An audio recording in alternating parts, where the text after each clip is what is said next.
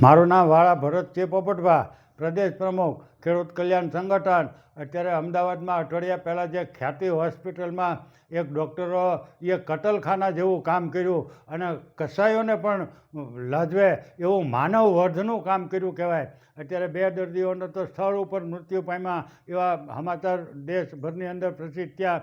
અત્યાર સુધીમાં 12 દર્દીઓને ડૉક્ટરોની બેદરકારી અને છેતરપિંડી કરી અને ડૉક્ટરોએ આ આખું કાવતરું કર્યું પૈસા કમાવા હાટુથી એ બહાર આવ્યું. પણ જો આની તટસ્થ અને ન્યાયની રીતેથી તપાસ કરવામાં આવે તો ખ્યાતિ હોસ્પિટલના જે ડૉક્ટરોની ઘોર બેદરકારી છે અને છેતરપિંડી કરેલી છે એમાં હજારો દર્દીઓને મોતને ઘાટ ઉતારેના બહાર આવવાનું પૂરી શક્યતા છે.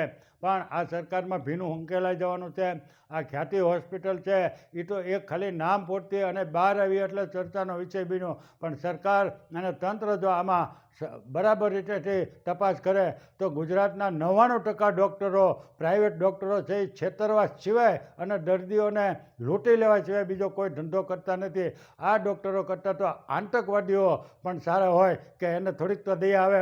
અત્યારના આ ડૉક્ટરોને કોઈ પણ જાતની દયા જેવો છાંટો રહ્યો નથી. પણ આ સરકારની મિલી ભગતથી મોટું જબર કાઉન્ટ. અત્યારે પ્રધાનમંત્રી નરેન્દ્રભાઈને નામની આયુષ્યમાન યોજના હોય કે પછી 70 વર્ષથી ઉંમરના હોય એને 10 લાખની સહાય, ટૂંકમાં પ્રધાનમંત્રીના નામની જે કંઈ યોજના હોય એમાં લૂંટબાજી કેમ કરવી, પ્રજાને કેમ લૂંટી લેવા એવા આયોજનબંધ કાવતરું કરીને પછી જ પ્રધાનમંત્રીના નામની યોજના બહાર પડે. પછી દર્દીઓની આયુષ્યમાન કાર્ડ હોય કે ખેડૂતોનું કિસાન કાર્ડ હોય કે જે કોઈ પ્રધાનમંત્રી દવાની યોજના હોય એ તમામ પ્રધાનમંત્રીનું નામ આવે અને મુખ્યમંત્રીનું નામ આવે. એમાં પ્રજાને કેમ લૂંટી લેવી અને પ્રજા ઉપર કેમ લૂંટબાજી ચલાવવી એવું એક કાવતરું કરીને આ સરકારમાં ચાલતું હોય. અત્યારે ખ્યાતિ હોસ્પિટલે દેશભરની અંદર હાહાકાર મચાવી દીધો અને આ ડૉક્ટરો અત્યારના જે છે એ 99% ડૉક્ટરો સારા ડૉક્ટરો છે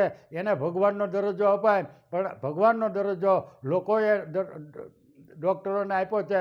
પણ આ એક પણ 99% ડૉક્ટરો ભગવાનનો દરજ્જો આપવા લાયક નથી. સારા ડૉક્ટરો નથી કે સારા, હું કોઈના વખાણ કરું એવી વાત નથી. અત્યારે અમારા મહુવાની અંદર જ તે આજથી 50-60 વર્ષ પહેલાં ડૉક્ટર ભરૂચા હતા, એની આજે પણ ખ્યાતિ છે. એવી જ રીતે ભૂતનાથની પાસે ભૂતનાથ મંદિરની બાજુમાં ખીમનાથ મંદિરની બાજુમાં ડૉક્ટર ચિમનભાઈ હતા, નવાજ આપે ડૉક્ટર નાણાવટી હતા, એની એટલી જ બધી ખ્યાતિ છે.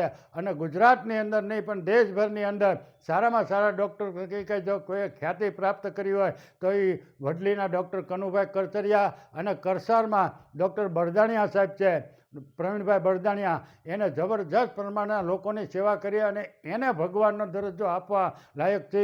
કનુભાઈનું રાજકીય બાબત છે એને હું નથી બરાબર ગણતો, પણ ડૉક્ટરોની જે એની લાઈન છે એ તો એમાં તો એ ધન્યવાદ અને વંદનને પાત્ર છે.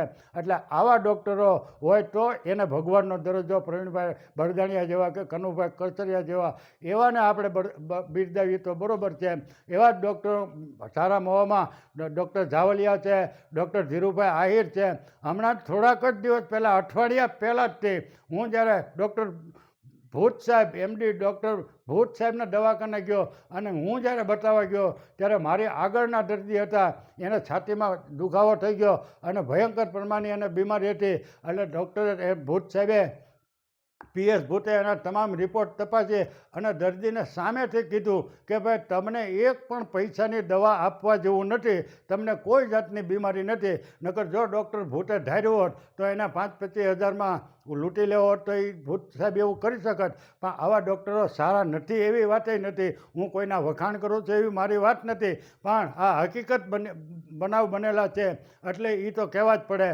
મેં ઘણા વર્ષો પહેલાં હનુમત હોસ્પિટલ છે, પૂજ્ય મોરારી બાપુએ કથા કરીને બનાવેલી હોસ્પિટલ છે, એમાં પણ મોટા પાયે ભ્રષ્ટાચાર થયેલો એ મારે ખુલ્લો કરવો પડેલો. જ્યારે આરસીભાઈ ફળદુ કૃષિ મંત્રી હતા ત્યારે મેં અહીંયા મહુવામાં એ પ્રોગ્રામ કરેલો અને હનુમત હોસ્પિટલની પોલ. પણ એવી રીતેથી જો અત્યારે સરકાર અને તંત્ર જો સફાળું જાગે તો ગુજરાતમાં રોજના અબજો રૂપિયા ડૉક્ટર જે પ્રજાના ખોટી રીતેથી લૂંટી લે, ખોટા ઓપરેશન કરે. હું કોઈને વખાણ કરું એવી મારી બિલકુલ વાત. તમે સદભાવના હોસ્પિટલ પ્રવીણભાઈ છે એના તમે કેસ તપાસો ડિલિવરીના, આપણે જેને પ્રેગ્નેન્ટ કહી એ ડિલિવરીના બહેનોના કેસ 1000 કેસનો તમે સર્વે કરો અને પછી પ્રાઇવેટ ડૉક્ટરોના 1000 કેસ સર્વે કરો તો ત્યાં 5% જ બહેનોને સર્જરી થાય છે અને પ્રાઇવેટ દવાખાનામાં કોઈ પણ ડૉક્ટરના 1000 કેસ લ્યો તો અહીંયા 95% સર્જરી કરવામાં આવે છે. આ ફર્સ્ટ રિપોર્ટ મારો અનુભવ બોલે છે, મારો ઘણા વર્ષનો આની ઉપર નજર છે, એટલે મારે કહેવું પડે છે કે હવેના ડૉક્ટરો છે એ મોટી લૂંટબાજ કરવા છે. આની કરતાં તો રાક્ષસો ગુંડા અને આતંકવાદીઓ હજારો વખત સારા હતા. આને હવે ભગવાનનો દરજ્જો ન હોય. તમે આની તપાસ કરો. મહુવા અને ભાવનગર જિલ્લાના આરોગ્ય વિભાગના અધિકારીને મારી સીધી સૂચના છે, તમે તમામ ડૉક્ટરોના રજિસ્ટર મગાવો અને આવા જે ડુપ્લિકેટ ડૉક્ટરોનો રાફડો ગામડે ગામડે પાટ્યો છે એને પણ દૂર કરો. અને ડૉક્ટરો મનમાની ફી લઈ અને ગરીબોને લૂંટે છે. મેં ઘણા વર્ષોથી મેં વાતે સાંભળી છે અને અત્યારે મેં વાત સાંભળી કે ભાવનગરની બ્રિજેશ શાહ છે એ તમે એના દવાખાનામાં ચડોનું ઓપરેશન કે તમારે કાંઈ પણ મગજમાં કરવાનું થયું હોય તો 1 લાખ રૂપિયા તો તમારે પહેલાં ભરવા પડે, પછી જ એ તમારો હાથ ચાલે. એટલે આ એટલી બધી લૂંટ કરે છે કે આ બરાબર છે. એ સરકારને આનું તપાસ કરવી જોઈએ કે તમે લાખ રૂપિયા પહેલાં મેકાવો તો એ દર્દીને સારો થાય અને એને જ ઓપરેશન થતા હોય છે ત્યારે કેટલા લાખ રૂપિયા એ બ્રિજેશ શાહના દવાખાનામાં દર્દીના જતા હોય છે. એ બરાબર જાય છે કે પછી લૂંટબાજી ચાલે છે એની તો સરકારે તપાસ કરવી જોઈએ ને. અત્યારે સામાન્ય ડૉક્ટર પાસે જાય તો માણસને 1000 રૂપિયા કે 2000 રૂપિયાનો ખર્ચો થાય, તાવ આવ્યો હોય તોય. એટલે સરકારની આમાં ઠેઠથી ઠેઠ ઊંધે આરોગ્ય ખાતું જો ફૂટલું હોય અને આના હપ્તા ઠેઠ કૃષિ મંત્રી સુધી પહોંચતા હોય, એમાંય જે જ્યારે આયુષ્યમાન કાર્ડ નીકળ્યું અને આ પ્રધાનમંત્રીની જે દવાની યોજનાઓ નીકળી ત્યાર પછીના તો જેટલા ડૉક્ટરો જેટલી આ આયુષ્યમાન કાર્ડ